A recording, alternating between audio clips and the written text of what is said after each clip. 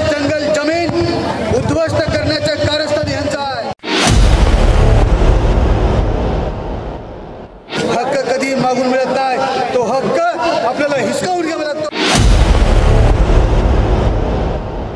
तो भव्य रैली से आप अंदाज़ा लगा सकते हो कि विनोद निकोले यानी कि यहाँ के विधायक हैं, जो उनके एक हुंकार से कितनी बड़ी सैलाब यहाँ पे जमा हो सकती है। इस सैलाब में विनोद निकोले ने साफ तौर पे कहा है कि आदिवासी पर होने वाली अत्याचार और उनकी ज़मीन की समस्या और लाइट बिल की समस्या को लेकर बहुत बड़ा मुद्दा उठाया गया है। तो इस मुद्दे को हम वीडियो के माध्यम से आपको दिखाएंगे। वाढवण बंदर, मुरबे बंदर, बुलेट ट्रेन, सुपरफास्ट हायवे, अनेक शेतकऱ्यांच्या आमच्या जागा संपादित केल्या, अजूनही भरपाई मिळाली नाही। आमचा शेतकरी सरकारी कार्यालयामध्ये चक्रा मारून मारून त्याची चप्पल घासली, अजूनही त्याला मोबदला मिळाला नाही। काय करणार आम्ही? काय आमच्याकडे पर्याय आहे? आम्ही संबंध शेतकरी, आदिवासी असेल, बिगर आदिवासी असेल, अल्पसंख्याक असेल, जो मेहनत करणारा वर्ग आहे त्याला आम्ही सांगू इच्छितो की या पायी मोर्चामध्ये तुला यावं लागेल, तुला सामील व्हावं लागेल। आपल्या मागण्या हे असे देणार नाही।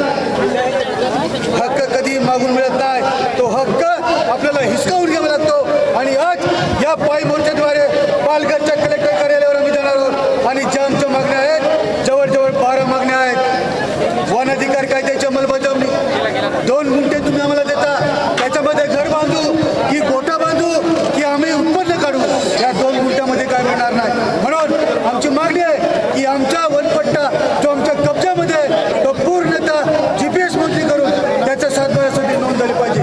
जर तुम्ही दिलं नाही तर कलेक्टर कार्यालयावर घेराव आम्ही घालणार आहोत। जोपर्यंत देत नाही तोपर्यंत आम्ही उठणार नाही। पेशा कायद्याची अंमलबजावणी झाली पाहिजे। आरक्षणाप्रमाणे जो आदिवासी आहे त्याची भरती झाली पाहिजे।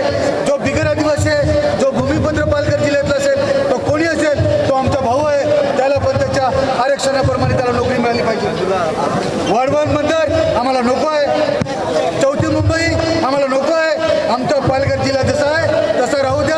आम्ही सर्व या जिल्ह्यातील जे भूमिपुत्र आहोत, तो आदिवासी असेल, मच्छीमार असेल, वाडवड समाज असेल, भंडारी समाज असेल, इतर जो समाज आहे, हा सर्व समाज आम्ही गुन्हे गोविंदाने राहतो। आम्हाला चौथी मुंबई नको। वाढवण बंदरमुळे संपूर्ण मच्छीमार उद्ध्वस्त होणार आहे। त्याच्यानंतर मच्छीमार उद्ध्वस्त झाला की आपले जे प्रकल्प गेलेत, हा एवढ्यावरच नाही आहे, अजून प्रकल्प वाढतील, आपल्याला ते सुधारायला लावतील। आणि म्हणून आज मोठ्या संख्येने शेतकरी या ठिकाणी उतरलेला आहे। अजूनही शेतकरी येत आहेत रस्त्यामध्ये, अजूनही शेतकरी याच्यामध्ये सामील होईल आणि हा असा प्रचंड पायी मोर्चा या ठिकाणावर आम्ही घेऊन निघणार आहोत।